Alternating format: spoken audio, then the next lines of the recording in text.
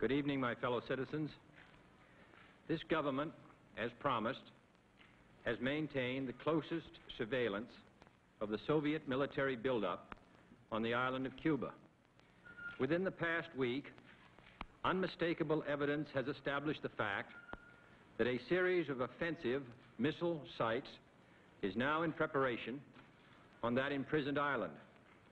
The purpose of these bases can be none other than to provide a nuclear strike capability against the Western Hemisphere.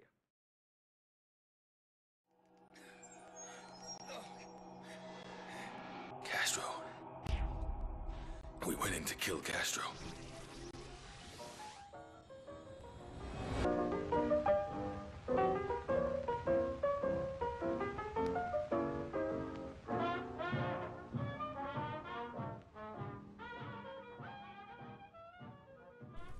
On October 14, 1962, the United States Air Force spy planes took photographic evidence that Soviet missile bases were being built in Cuba.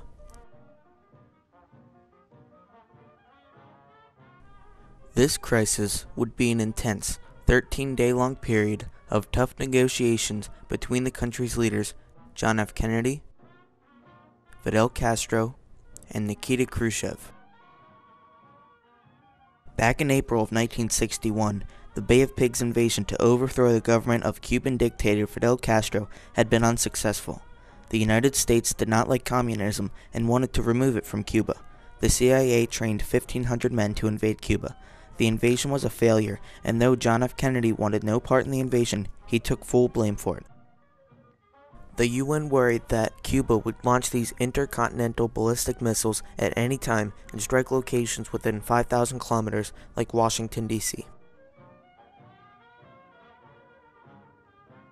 The United States forbid shipments of offensive weapons in and out of Cuba to bring the further development of any weapons to a halt. To halt this offensive buildup, a strict quarantine on all offensive military equipment under shipment to Cuba is being initiated. All ships of any kind bound for Cuba, from whatever nation or port, where they're found to contain cargoes of offensive weapons, be turned back. It shall be the policy of this nation to regard any nuclear missile launched from Cuba against any nation in the Western Hemisphere as an attack by the Soviet Union on the United States, requiring a full retaliatory response upon the Soviet Union. Nikita Khrushchev, the Soviet premier, responded to Kennedy with a letter stating that his quarantine of navigation in international waters and airspace constituted an act of aggression propelling humankind into the abyss of a world nuclear missile war.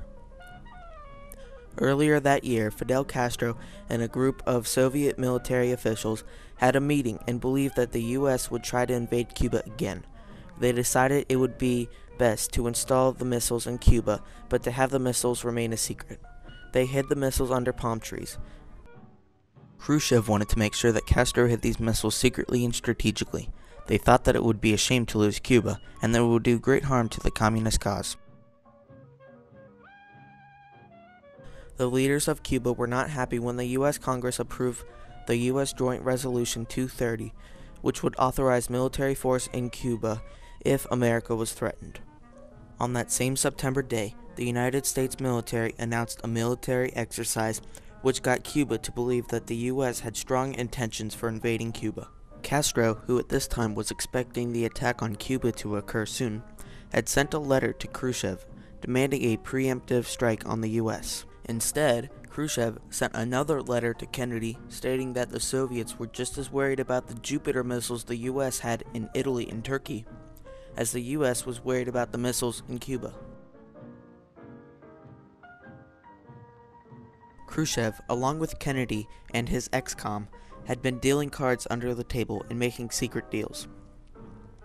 The crisis finally ended when Kennedy secretly agreed to remove all missiles in southern Italy and Turkey. In return, Khrushchev agreed to remove all of the Soviet missiles from Cuba.